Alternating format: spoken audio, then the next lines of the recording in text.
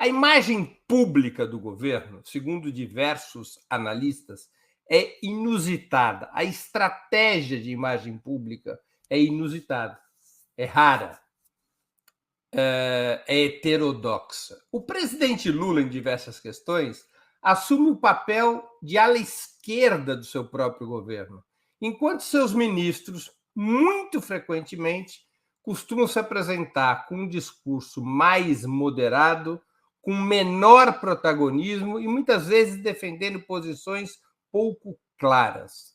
O que vocês acham desse desenho, no qual o presidente, ao invés de exercer a função clássica de árbitro da frente ampla, faz opção por ser a voz mais afirmativa e aguerrida da coalizão governista?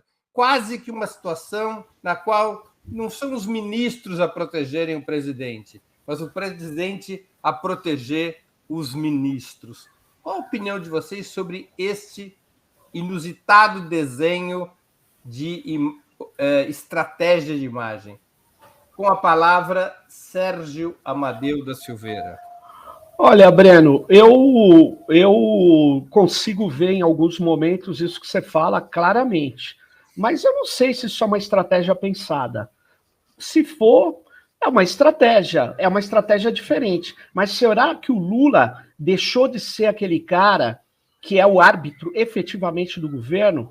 Não sei. Ele mantém essa jogada de, na verdade, quando tem um caso complexo, ele trabalha para trazer todos aqueles que têm interesses no caso e ele joga naquele momento. E ele, no final, que decide. Então, ele pode ter aparentado em alguns momentos que ele não tem mais essa posição e, na verdade, eu acho que ele continua sendo o Lula, que é o cara que toma as decisões estratégicas e que está conduzindo o governo.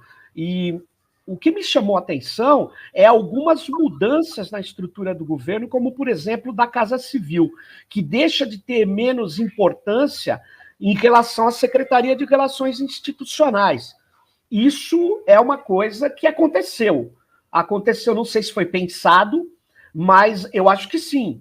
E acho que o governo ele tem uma estratégia de gestão um pouco diferente da dos outros anos. Essa demora, eu não sei, nas nomeações estratégicas, não sei o que se pretende com isso, eu não sei se é algo que tem a ver com a máquina, acho que não.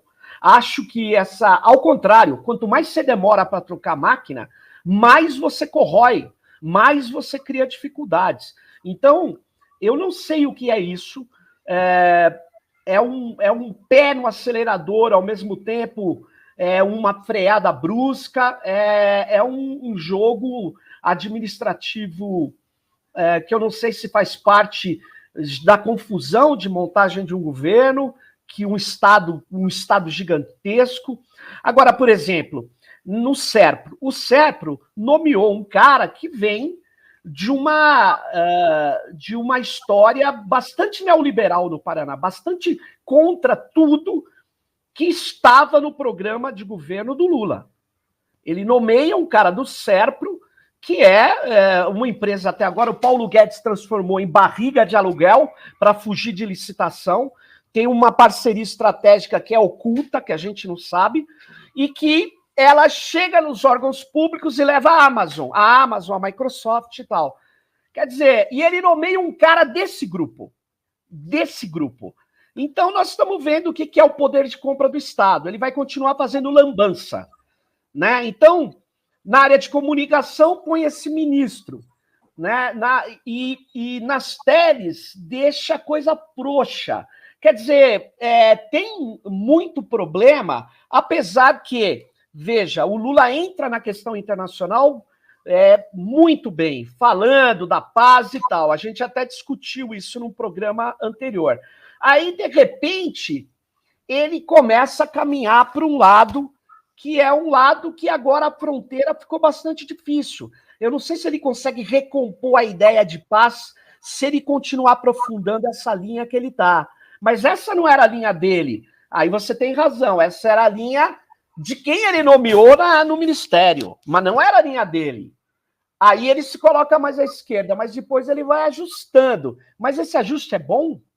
Esse ajuste fica o quê dele? Então é isso. Júlia Rocha com a palavra. Eu acho que eu estou bem próxima do Serginho quando ele fala sobre o quão bons são esses ajustes. Eu fico pensando, eu já falei isso aqui uma vez, que eu tinha a impressão de que Lula era como o maestro da opinião pública, né? Ele tensionava a esquerda desejando, na minha visão, que a opinião pública o acompanhasse, para que ele tivesse força para poder fazer algo. Porque se ele não tensionar a esquerda, daqui a pouquinho a gente está falando de quê? A gente está dizendo que mulheres estupradas precisam parir seus filhos, né? Precisam parir os filhos dos seus estupradores. Se a gente se ele não faz esse tensionamento, é isso que vai acontecer. Então, eu acho que é um recurso, né, assim, de tentar trazer a opinião pública para um debate um pouquinho mais politizado e à esquerda. Só que eu fico pensando no quanto isso é eficiente, né? Porque os ministros de Lula, eles são o governo Lula, né? Então, no final das contas, a avaliação é de que esse conjunto de pessoas que formam o governo Lula estão agindo de uma forma que talvez não seja, ou que muito possivelmente não reflete os interesses, de fato, da classe trabalhadora. Com a palavra, Vitor Marques. Olha, Breno, até ontem a gente disponibilizou um vídeo que eu discutia com a professora Sandra Leno, amiga lá do Ceará, sobre a natureza do governo Lula, o que ele é, o que ele se pretende, o que não podemos esperar. E a tese que eu fazia lá, vou depois colocar esse vídeo nos comentários, é que o que eu acho que o Lula tem na cabeça é que ele compôs um governo de frente democrática sob liderança operária, sendo o operário ele mesmo. Certo? Isso significa... Olha a complexidade da situação. Como eu tenho uma ameaça institucional, a institucionalidade burguesa da República Brasileira, tá? Representada pelo bolsonarismo como um movimento de extrema-direita, quase subversivo, disruptivo. Tá? Então o Lula fala, olha, todos os democratas têm que vir para cá, porque só eu consigo frear essa ameaça à institucionalidade democrática. Tá?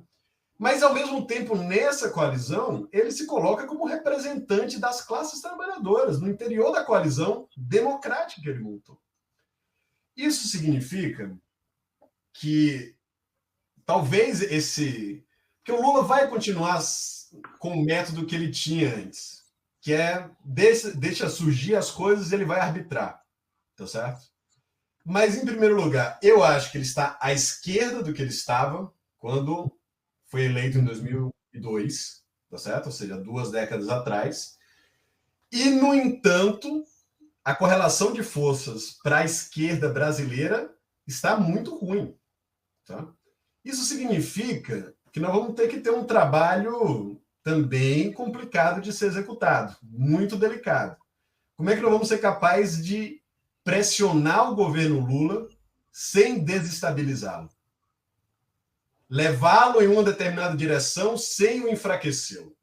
Como é que nós podemos usar as ruas, a mobilização popular, a capilaridade dos movimentos sociais, dos sindicatos, para fazer pressão sobre um governo que nós queremos que continue lá e que é importantíssimo que continue.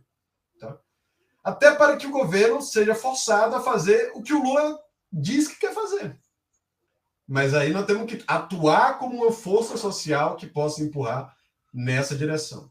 Porque dentro do governo estão todos os representantes que estão preocupados com a institucionalidade democrática, incluindo os representantes das classes proprietárias das elites brasileiras.